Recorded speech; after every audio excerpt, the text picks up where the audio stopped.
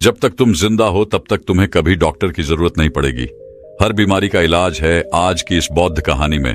तो चलिए दर्शकों, कहानी की शुरुआत करते हैं। हम सभी लोग रात को खाना खाकर तुरंत सो जाते हैं। हम अपना मुख्य भोजन रात को ही करते हैं।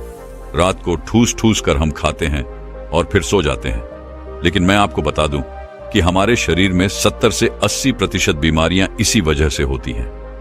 आप खुद अपनी बीमारियों को आमंत्रित करते हैं और रात को पेट भरकर खाना खाना, यह तो बीमारियों के लिए सोने पर सुहागा हो जाता है। इसीलिए आज हम जानेंगे कि यदि हम सिर्फ 21 दिन खाली पेट सो जाते हैं तो इससे हमारे शरीर पर क्या क्या चमत्कार होंगे। आपकी 70 से 80% बीमारियां खत्म हो जाएगी। आप डरो मत, क्योंकि मैं आपको भूखा सोने के लिए नहीं कह रहा हूं। बस सोते समय आपका पेट खाली हो जाना चाहिए। मैं बस इतना कह रहा हूं। और खाली कैसे होगा, इस बारे में आपको इस कहानी में पता चलेगा। तो चलिए दोस्तों, शुरू करते हैं।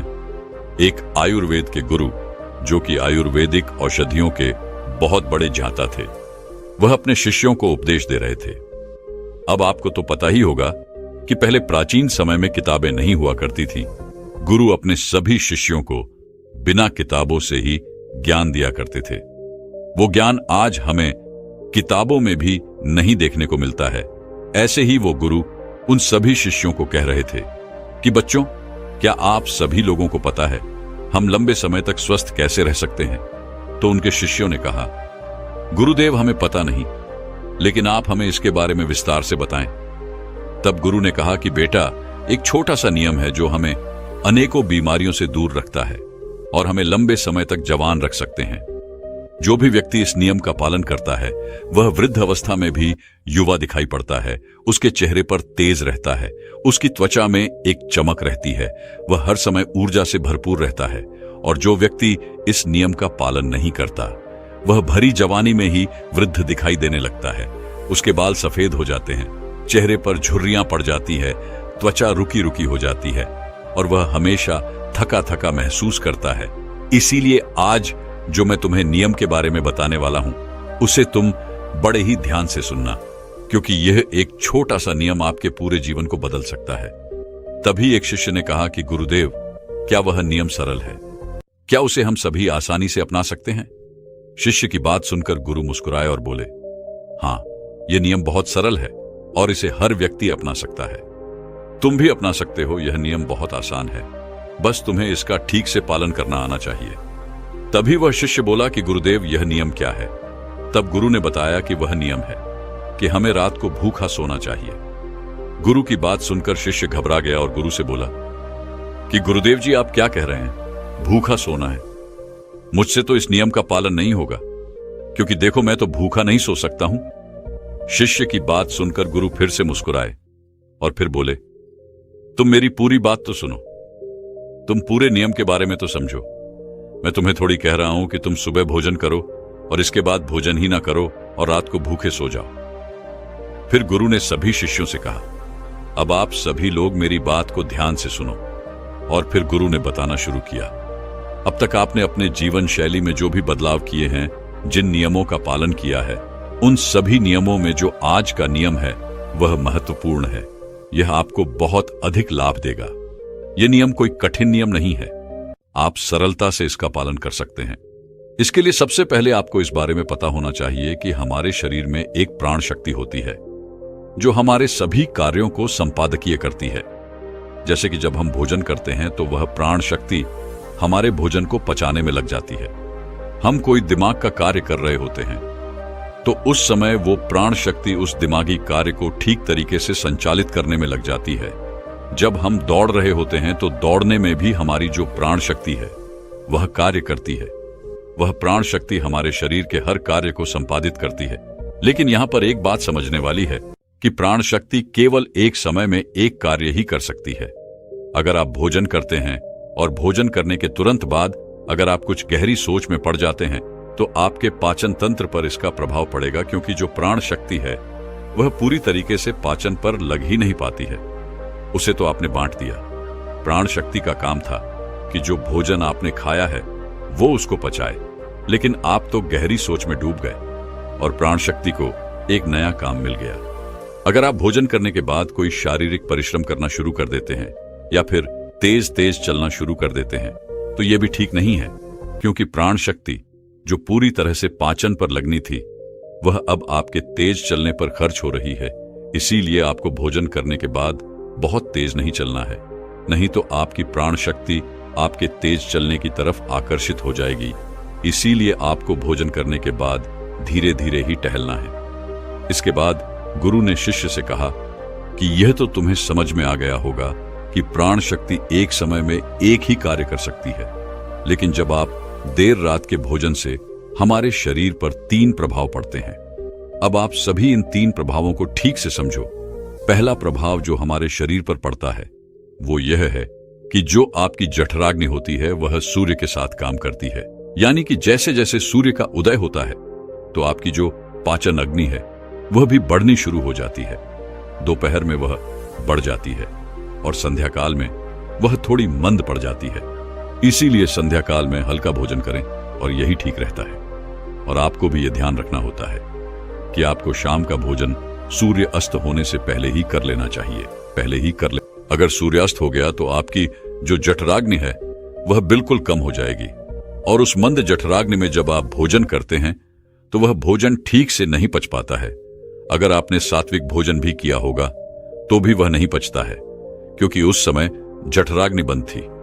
इसीलिए भोजन ठीक से नहीं पचता है और वह शरीर में लंबे समय तक पड़ा रहता है, ज्यादा समय तक रुका रहता है।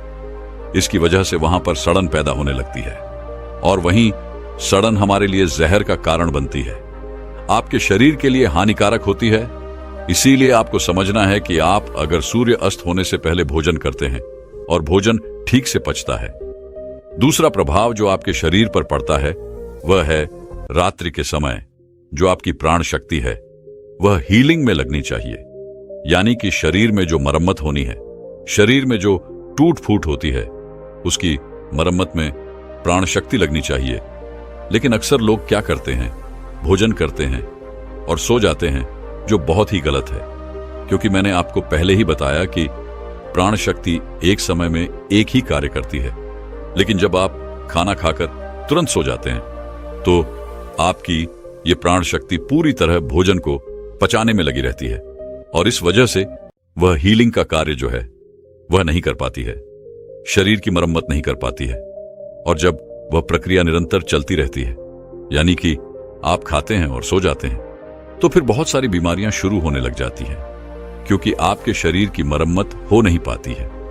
आपकी प्राण शक्ति ठीक से अपना कार्य नहीं कर पाती है, वह हीलिंग का, मरम्मत का कार्य नहीं कर पाती है और इसी वजह से अनेक बीमारियां पैदा हो जाती हैं। तीसरी प्रभाव जो हमारी शरीर पर पड़ता है वो ये है कि जब आप भोजन करने के तुरंत बाद सोने चले जाते हैं तो आपका दिमाग क्या कहता है कि मुझे तो नींद चाहिए, और आपका शरीर भी यही कहता है कि मुझे तो नींद चाहिए। लेकिन आपका पाचन तंत्र क्या कहता है कि मैं अभी सक्रिय हूं, तुमने मुझे काम दिया है, अब इस काम को मुझे करना है, तो आप भी जागते रहो, तभी तो मैं अपना कार्य ठीक से कर पाऊंगा। यानी कि 2 विरोधाभास स्थितियां पैदा हो जाती हैं। दिमाग की तरफ से तो सो जाओ और पेट की तरफ से जागो। ऐसी स्थिति में नींद गहरी नहीं हो पाती है और गहरी नींद ना होने के कारण शरीर को आराम भी नहीं मिल पाता है। आप सो तो जाते हैं 7 घंटे 8 घंटे, लेकिन सुबह उठने में आपको कठिनाई होती है, आप दिन भर ऊर्जावान महसूस नहीं कर पाते।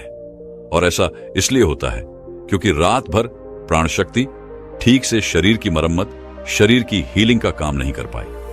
आपकी जठर अग्नि, आपकी प्राण शक्ति पूरी तरह से पाचन तंत्र पर केंद्रित रहे, उसने पूरी रात भोजन को पचाने में ही अपना समय दिया और फिर जैसे आप सुबह उठते हैं तो उठते ही फिर कुछ खा लेते हैं। और इसी वजह से बार बार खाने से हमारी प्राण शक्ति पूरी तरह से पाचन पर ही लगी रहती है और शरीर के दूसरे कार्य मंद पड़े रहते हैं, जो कि शरीर के लिए बहुत जरूरी थे। ये 3 प्रभाव थे जो हमारे शरीर पर पड़ते हैं। अगर आप सूर्य अस्त होने के बाद भोजन करते हैं और भारी भोजन खाते हैं, इससे आपकी पाचन प्रणाली पूरी तरह से बिगड़ जाती है, खत्म हो जाती है और फिर आप इसे ठीक करने के लिए चूर्ण लेते हैं, अनेक प्रकार के तरीके अपनाते हैं, लेकिन जो स्वाभाविक प्रणाली है उस पर तो आप ध्यान ही नहीं देते हैं। स्वाभाविक प्रणाली जो परमात्मा ने आपको दी है, जिससे आपका शरीर खुद ही खुद को साफ कर लेता है, खुद ही खुद की बीमारियों को ठीक कर लेता है। फिर गुरु सभी शिष्यों से कहते हैं कि अब मेरी बात को ध्यान से सुनो, शरीर अपनी बीमारी अपने आप ठीक करेगा, लेकिन उसके लिए तुम्हें क्या करना है, इस बात को समझो। इसके लिए आपको 7 बजे से पहले अपना आहार ले लेना है। अगर आप 7 बजे से पहले भोजन कर लेते हैं तो उसके बाद आप 9-10 बजे तक सोने के लिए चले जाए तो आपके पास लगभग 3 घंटे का समय होता है। और जो यह 3 घंटे का समय होता है और इसमें जो भी आपने हल्का फुल्का भोजन किया है वह आपके पेट से नीचे उतरना शुरू हो जाता है, और उसका अर्थ पाचन भोजन ठीक से पच भी जाता है। यानी कि आपने 7 बजे भोजन किया तो आपका आधा भोजन 10 बजे पच गया, और जो बचा वो रात्रि के 1 बजे तक बच गया।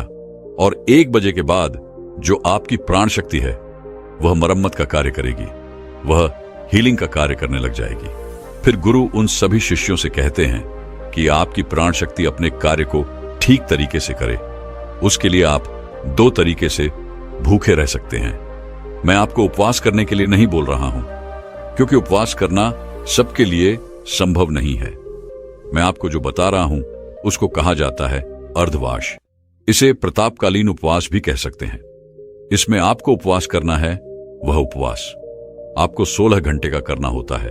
और इसकी शुरुआत आप ऐसे कर सकते हैं कि आपने शाम को जो भोजन किया था उसके बाद अगले दिन आप 7 से 8 बजे ही भोजन करें, क्योंकि जब आप 7 बजे भोजन कर लेते हैं तो वह भोजन आपका रात्रि में 1 बजे तक पच जाता है। उसके बाद आपके शरीर के पास लगभग 6 घंटे होते हैं, और इसी 6 घंटे में प्राण शक्ति शरीर की मरम्मत का कार्य करती है। आप शाम को 7 से 8 बजे भोजन करें और उसके बाद सुबह 7 से 8 बजे भोजन करें, और यह नियम हर कोई अपना सकता है। यह बिल्कुल सरल है। लेकिन अगर आप रात को 8, 9 या फिर 10 बजे भोजन खाते हैं तो आप अपने इस नियम को बदलें और 7 बजे भोजन खाना शुरू करें, क्योंकि यह छोटा सा नियम आपके जीवन में बड़ा बदलाव करेगा। दूसरी सारी चीजें बाद में, पहले अपने शरीर के स्वाभाविक प्रणाली को ठीक करना है। अगर आपको इस नियम से और भी ज्यादा फायदा लेना है तो आप शाम को 7 बजे भोजन कीजिए और उसके बाद सुबह 11 बजे भोजन करिए। अगर आप 7 से लेकर 11 बजे भोजन करते हैं तो आपके शरीर के पास 16 घंटे होते हैं, जिससे वो भोजन का पाचन भी करेगा और उस भोजन को पचाने के बाद वो रिपेयरिंग का काम भी शुरू कर देगा। इस प्रकार से जब आप अपने शरीर को आराम देते हैं, पाचन तंत्र को रिलैक्स होने का समय देते हैं, प्राण शक्ति को अपना कार्य करने देते हैं, तो यह प्राण शक्ति आपके पूरे शरीर को प्रभावित करेगी, पूरे सिस्टम को ठीक रखेगी, और आपको यह प्रभाव 16 से 21 दिन में दिखना शुरू हो जाएगा। अगर आपको कोई भी गंभीर बीमारी होती है तो ठीक होना शुरू हो जाएगी। अगर आपकी त्वचा खराब है तो वह भी ठीक होने लगेगी। आपकी त्वचा ग्रो करेगी। अगर आपके बाल बहुत ज्यादा झड़ रहे हैं तो आपके बाल भी मजबूत होंगे, और अगर आपके बाल सफेद हो चुके हैं तो भी धीरे धीरे काले होना शुरू हो जाएंगे। अगर आप बहुत थका थका महसूस करते हैं, आप ऊर्जावान महसूस करने लगेंगे। अगर आपको कोई मानसिक समस्या है, चिंता है, तनाव है, आपकी चिंता और तनाव भी दूर हो जाएंगे। जो विद्यार्थी कॉलेज स्कूल में पढ़ते हैं उनका याददाश्त कमजोर है, उन्हें कुछ भी याद नहीं रहता, तो उन्हें भी पड़ी हुई चीजें जो है वह याद रहने लगेगी। आपको पता है कि हमें कोई भी चीज याद क्यों नहीं रहती है? क्योंकि हमारा दिमाग रिलैक्स नहीं रह पाता है, क्योंकि हमारी प्राण शक्ति पूरी तरह से हमारे भोजन को पचाने में ही लगी रहती है और वो दिमाग की तरफ जा ही नहीं पाती है। लेकिन आप इस नियम का पालन करेंगे तो आपकी एकाग्रता बढ़ जाएगी। दिमाग कोई भी कार्य अच्छे से करना शुरू कर देगा। अगर आप 10 घंटे का उपवास कर सकते हैं तो आपके शरीर का फैट कम होगा। अगर आप वजन बढ़ाना भी चाहते हैं तो आपका वजन भी बढ़ेगा, लेकिन जो एक्स्ट्रा फैट है वह कम हो जाएगा, क्योंकि मोटापा अनेक बीमारियों को जन्म देता है। यह नियम आपके लिए हर प्रकार से उपयोगी है। तभी गुरु की बात सुनकर उनमें से एक बच्चा खड़ा हुआ और उनसे बोला कि गुरुदेव, मेरे मन में 2 प्रश्न उठ रहे हैं, कृपया करके आप उनका भी जवाब दे दीजिए। गुरु ने कहा, पूछो बेटा, तुम्हारा प्रश्न क्या है? तब शिष्य ने कहा कि गुरुदेव, अगर हम शाम को 7 बजे भोजन करते हैं उसके बाद हम 10 बजे तक सोने जाते हैं। तो अगर हमें बीच में भूख लगे तो हम क्या करें? शिष्य की बात सुनकर गुरु ने कहा कि बेटा, इसके लिए तुम्हें सबसे पहले यह समझना होगा, हमारे शरीर की प्रत्येक कोशिका का एक सिस्टम होता है। वह बाहर से कैलोरी लेती है, जो हम भोजन खाते हैं उससे वह ऊर्जा का निर्माण करती है और उसी से हमारा शरीर भी चलता है। लेकिन अगर कोशिकाओं को निरंतर बाहर से आहार मिलता रहता है तो उसी से वह निरंतर ऊर्जा बनाती रहती है। लेकिन जब आप कुछ समय तक भोजन नहीं करते हैं तो बाहर कोशिकाओं को ऊर्जा मिलना बंद हो जाती है। तो ऐसी स्थिति में कोशिकाएं अपने अंदर जो वेस्ट मटेरियल पड़ा रहता है उससे ही ऊर्जा लेती है, चाहे वह गलत तरीके का प्रोटीन क्यों ना हो, कोई बैक्टीरिया ही क्यों ना पड़ा हुआ हो, वह उनका अवशोषण करके ऊर्जा का निर्माण करना शुरू कर देती है। इसी स्थिति में कोशिकाओं की सफाई होना भी शुरू हो जाती है और इस प्रक्रिया को ऑटोफैगी भी कहते हैं। और इस प्रक्रिया में यह होता है कि जो कोशिकाओं के अंदर एक संरचना होती है जिसे लाइफ सिस्टम कहा जाता है, लाइफ सिस्टम के अंदर कुछ एंजाइम होते हैं और ये एंजाइम जो वेस्ट मटेरियल कोशिकाओं के अंदर है उसका पाचन करके उससे ऊर्जा का निर्माण करना शुरू कर देता है। यानी कि आपकी कोशिकाएं जब उसे बाहर से ऊर्जा नहीं मिलती है तो वह आपके अंदर के वेस्ट मटेरियल को इकट्ठा करके उसी से ऊर्जा बनाती है। और इसी तरीके से हमारी शरीर की डिटॉक्स प्रणाली भी शुरू हो जाती है। और ये डिटॉक्स प्रणाली आप कुछ खाकर या कोई औषधियां लेकर शुरू नहीं कर सकते। ये डिटॉक्स प्रणाली जो है वह एक ही तरीके से शुरू हो सकती है और वह है कि जब आप कुछ समय तक आहार नहीं लेते हैं। दिन में पूर्ण उपवास करना लोगों के लिए संभव नहीं होता है, कठिन पड़ता है, लेकिन आप इस नियम में अधिकतर समय सो ही रहे होते हैं। तो अगर आप 16 घंटे का नियम अपनाते हैं, शाम को 7 बजे भोजन करके अगले दिन 7 बजे या फिर 11 बजे भोजन करते हैं, तो इससे भी आपको कोई कठिनाई नहीं होगी, क्योंकि इस समय भी आप अधिकतर समय सो ही रहे होते हैं। और आपको पता ही होगा कि सोने में हमारे शरीर की ऊर्जा कम खर्च होती है और जब आप दिन में होते हैं तो आपको बहुत सारे काम करने की जरूरत हो सकती है। तो इसीलिए जो आपका रात का समय है उस समय आप उपवास करते हैं तो आपका शरीर अच्छे तरीके से डिटॉक्स कर पाता है और आपको पता भी नहीं चलता कि आप उपवास करें हैं। और उसके बाद आप अपने सुबह के नियम और प्रक्रिया में लगे रहते हैं, जिससे समय निकल जाता है, आपको भूख का एहसास भी नहीं होता। फिर गुरु ने शिष्य से कहा कि बेटा, अगर आपको 7 बजे खाना खाने के बाद भी भूख लगती है तो आप उस समय नारियल का पानी पी सकते हैं, क्योंकि यह आपकी डिटॉक्स प्रणाली में कोई बाधा नहीं बनता। यह कार्य आप कर सकते हैं जिससे कि आपकी भूख पर प्रभाव भी पड़ेगा और जो आपकी डिटॉक्स प्रणाली है वह भी बेहतर होगा। सन्यासी ने कुछ ऐसा बोला कि चोर रोने लगा। रोते रोते उसके मन का मैल और दुख दोनों धुल गए। उसने जीवन में कभी इतनी चैन और शांति महसूस नहीं की थी। चोर ने बोला, यह शांति क्या है जो मैंने अपने जीवन में पहली बार छकी है, और इस शांति को मैं कैसे बनाए रखूं? चटकती धूप में भूखा पेट लिए एक लड़का होटल के बाहर बैठा था। उसके सर पर ना छत थे, ना खाने पीने की ठिकाना। कुछ दुकानों पर जाकर काम मांगा, लेकिन कोई लड़के को काम नहीं देता। जब भूख सहन नहीं हुई तो तंग आकर लड़के ने पेट भरने की योजना बनाई। वह आसपास की दुकानों में छोटी मोटी चोरी करने लगा। अब लड़के का जीवन इसी तरह गुजरने लगा। धीरे धीरे कुछ साल निकले और लड़का चोर हो गया। एक बार बड़ी चोरी की कोशिश में पकड़ा गया। 6 महीने की सजा हुई, पर चोर कहां मानने वाला था। उसने कुछ ही दिनों में जेल से भागने की कोशिश की, लेकिन पकड़ा गया और उसकी सजा 1 साल बढ़ गई। चोरी उसकी आदत बन चुकी थी और वह अपनी आदत से मजबूर था। इसीलिए वह बार बार जेल से भागने की कोशिश करता रहा और बार बार पकड़ा जाता रहा। हर बार सजा बढ़ती गई। फिर तकरीबन 15 साल बाद सजा काटकर वह बाहर आया। उसने खुद से वादा किया कि अब वह चोरी नहीं करेगा, जैसा भी होगा कमा कर खाएगा। उस व्यक्ति ने लोगों से काम मांगा, पर उसकी बदकिस्मती थी कि उसे कहीं काम नहीं मिला। असल में कोई भी जेल से छूटे हुए व्यक्ति पर भरोसा करने को तैयार नहीं था। भटकते हुए व्यक्ति बहुत थक गया और उदास होकर एक रास्ते पर चल रहा था। सहयोग से उसी रास्ते में एक सन्यासी भी निकल रहे थे। चोर ने सन्यासी से मदद मांगी तो संत उसे अपने घर पर ले आए। संत ने चोर को बड़े सम्मान पूर्वक से खाना खिलाया, पहनने को कपड़े और रहने की जगह दी। इतना अपनापन और इतना सम्मान चोर को कभी नहीं मिला। उसने विश्वास नहीं करा था कि एक ऐसा अजनबी के साथ कोई इतने अच्छे से बर्ताव कर सकता है।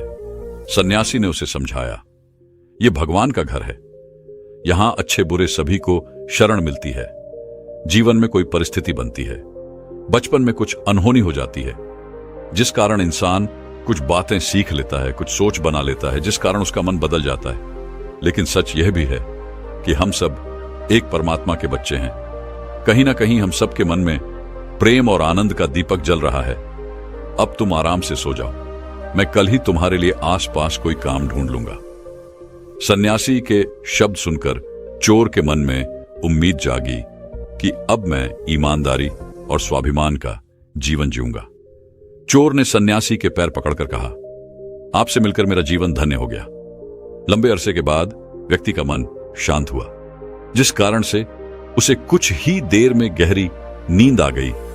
अब व्यक्ति संत के साथ ही रहने लगा, लेकिन 3-4 दिन निकलते निकलते पुरानी आदतें उस पर हावी होने लगी। व्यक्ति की नजर बार बार कमरे में रखे कीमती सामान पर पड़ जाती है। एक रात अचानक व्यक्ति की आंखें खुली, अंदर से आवाज आई, यहां बहुत सारा सामान है, लेकर उड़न छू हो लेते हैं। उसने खुद पर नियंत्रण किया, लेकिन जब मन उस पर बार बार हावी हुआ तो वह कीमती सामान चादर में लपेटकर निकल भागा। चलते चलते चोर के मन में बार बार विचार आ रहा था कि जिस इंसान ने तुम्हें प्रेम और सम्मान दिया, तुमने उसी को धोखा दिया। चलो वापस लौट चले। लेकिन शर्म के कारण वह मुड़ ना पाया और आदत के कारण चलता रहा। चलते चलते सुबह हो गई, लेकिन बदकिस्मती से रास्ते में कुछ गांव के लोग मिल गए। लोगों ने पहचान लिया। एक व्यक्ति ने कहा, अरे यह तो वही चोर है जो पिछले 3-4 दिनों से उस सन्यासी के साथ रह रहा है। यह इतना सारा सामान लेकर कहां जा रहा है? जरूर इसने चोरी की है। गांव वालों ने तुरंत व्यक्ति को पकड़ लिया और संत को बुलावा भेजा। चोर को यह सोचते हुए पसीना आने लगा कि अब मुझे कई साल जेल में बिताने पड़ेंगे। अब मैं सन्यासी को कैसे मुंह दिखाऊंगा? अब तो मुझ पर कभी कोई विश्वास भी नहीं करेगा। थोड़ी देर बाद में ही सन्यासी आ गए। सन्यासी ने चोर को देखते ही कहा, अरे भाई, मैंने तुमसे कहा था कि सामान बेचने सुबह निकल जाना, लेकिन तुम तो रात को ही निकल गए और आधा सामान भी छूट गए। सन्यासी ने सबको समझाया कि मुझे कुछ पैसों की जरूरत है, इसीलिए मैंने इस व्यक्ति को सामान बेचने का काम दिया था। इतना कहने के बाद इधर सब लोग सन्यासी और चोर को अकेला छोड़कर चले गए। उधर सन्यासी की बात सुनकर चोर जोर जोर से रोने लगा।